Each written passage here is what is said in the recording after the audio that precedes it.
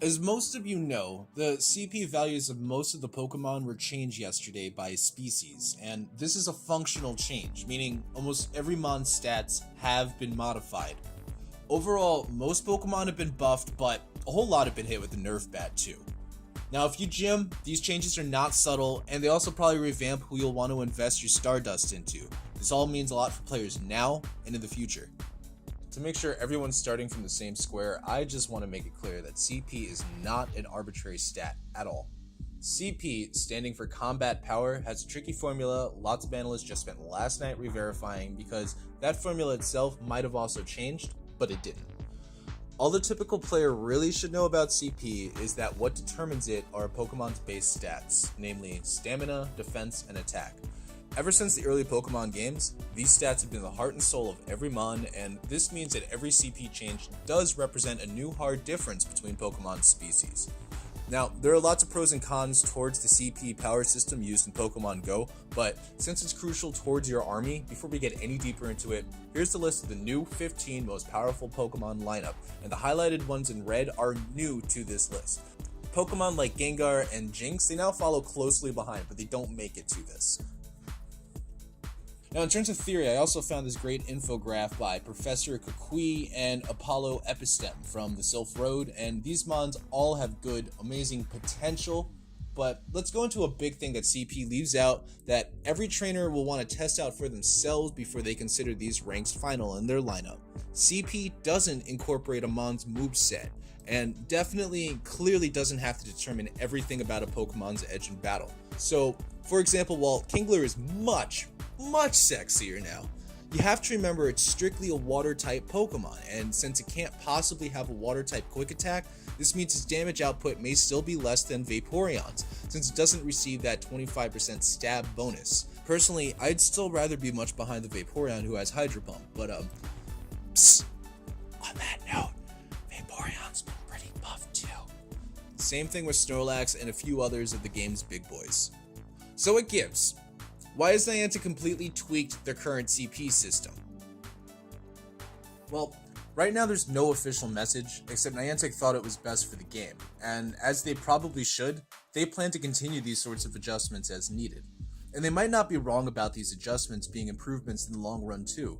In terms of the metagame, the biggest thing the CP adjustment addresses is the math for training your gyms the most. A lot of players, for example, love to level gyms against their own team's Snorlax with a big Wigglytuff because its durability and movesets made the low CP cap really pay off against big monsters like Snorlax. This means that the players who really knew what they were doing and doing things like leveling their gyms against, say, Executors with Butterfree or Pincers with their bug-type moves, which, by the way, it's really effective and fast. I recommend you try Bug Buzz.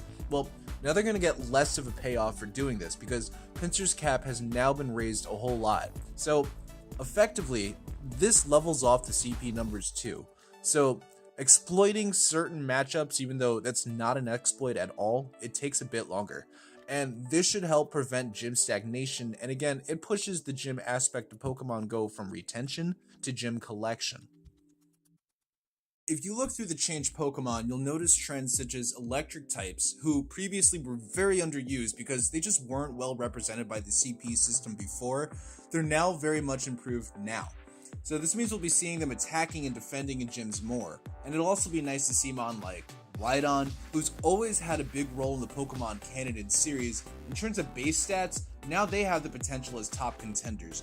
This also makes it much more exciting to see them around, rather than before where frankly, the game's smartest battlers were starting to leave the same 5 defenders behind.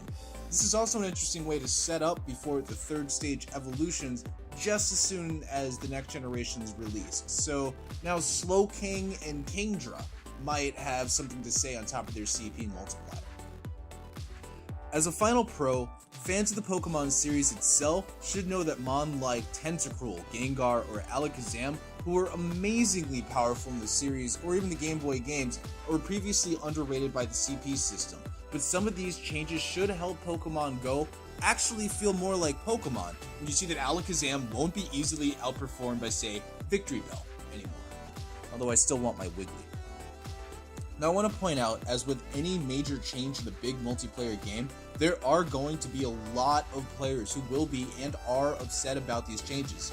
and that view really isn't invalid. Without much forewarning about this update, lots of players have probably tossed a Mon very recently who today is much more valuable. I myself had a lot of Gengars after Halloween, but if I knew they were going to be 28% more powerful as of November 22nd, I'd have held on to them all instead of trying to clear a couple for bag space. A lot of players are also going to be upset because dust investments that they haven't spent have been revamped. For example, I'm not alone in spending, say, 40 grand on Stardust on a Wigglytuff, because even though they're not the best, we like them, and we can.